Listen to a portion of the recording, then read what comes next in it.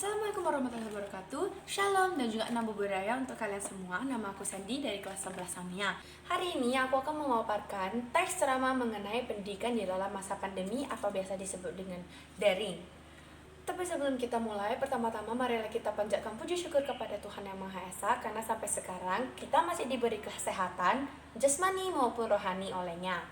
Tentu kalian sudah tidak asing bukan dengan yang namanya COVID-19 atau yang biasa disebut dengan coronavirus disease ini? Ya, virus ini berasal dari Wuhan, China. Pada Desember 2019 lalu, virus ini mampu menginfeksi sistem pernafasan kita. Contohnya, seperti seseorang mengidap virus corona, lalu ia bersin atau batuk di dekat orang yang tidak memiliki corona, maka zat yang dikeluarkan oleh orang tersebut dapat menyebabkan orang yang tidak memiliki corona tersebut terinfeksi corona. Virus ini menyebar sangat cepat dan bahkan sudah sampai di Indonesia pada awal bulan Maret 2020 lalu. Dan bahkan sudah menyebabkan 350 juta lebih jiwa yang terinfeksi corona. Hal tersebutlah yang mengakibatkan beberapa negara menetapkan kebijakan sistem lockdown untuk mencegah penyebaran virus corona lebih lanjut.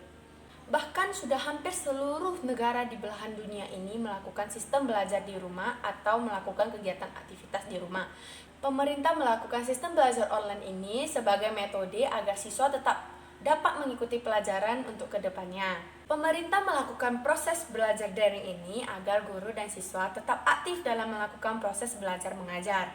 Dan agar terciptanya keefektifan dalam proses ini, guru-guru ataupun pihak sekolah menetapkan agar siswa belajar di rumah dengan menggunakan aplikasi tatap muka seperti Zoom, Google Meet, dan juga dapat melalui grup-grup seperti WhatsApp atau Line.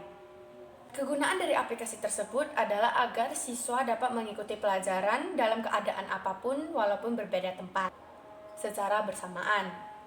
Adapun halangan dalam pembelajaran online ini ada pada jaringan internet, di mana ada siswa yang tinggal di dalam pedesaan ataupun tempat yang sulit mendapatkan sinyal. Dan sulit mendapatkan sinyal juga ada beberapa siswa yang berasal dari kalangan kurang mampu, di mana ia tidak begitu bisa membeli kuota paketnya sendiri karena faktor ekonomi keluarganya, yang mengakibatkan ia sulit beradaptasi dengan pembelajaran online ini. Pasti guru-guru dan siswa-siswa juga merasa ada kekurangan pada pembelajaran daring online ini. Ya, sangat berbeda sekali dengan pada saat siswa-siswa berada di sekolah. Akan tetapi, jika kita tidak melakukan pembelajaran online daring ini, kita akan menjadi negara yang miskin akan ilmu pengetahuan, di mana itu artinya adanya keterlambatan ilmu dalam negara kita.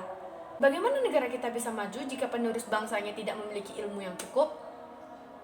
Dan karena siswa-siswa memiliki hak untuk belajar dan mendapatkan pendidikan dari sekolah, maka dari itulah pemerintah melakukan metode pembelajaran daring ini agar siswa-siswa tidak ketinggalan pelajaran di sekolah dan tetap dapat melanjutkan pendidikan. Dan sebagai seorang murid, kita juga harus dapat menyesuaikan diri dengan hal tersebut. Contohnya, seperti saat kita menggunakan pemakaian data, kita dapat mengurangi pemakaian data untuk aplikasi lainnya secara berlebihan dan kita dapat mengisikan untuk aplikasi pembelajaran. Akan tetapi sekarang pemerintah sudah memberikan metode lainnya seperti memberikan kuota belajar untuk para siswa agar dapat mengikuti proses belajar dengan baik. Saya rasa pemerintah sudah cukup berusaha untuk memberikan kita ilmu pengetahuan.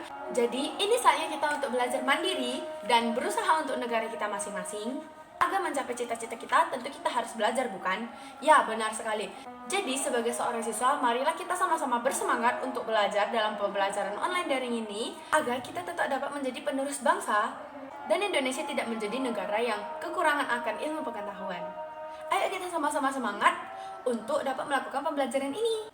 Dan marilah kita sama-sama mencegah penyebaran virus corona dengan tidak berkeluaran rumah.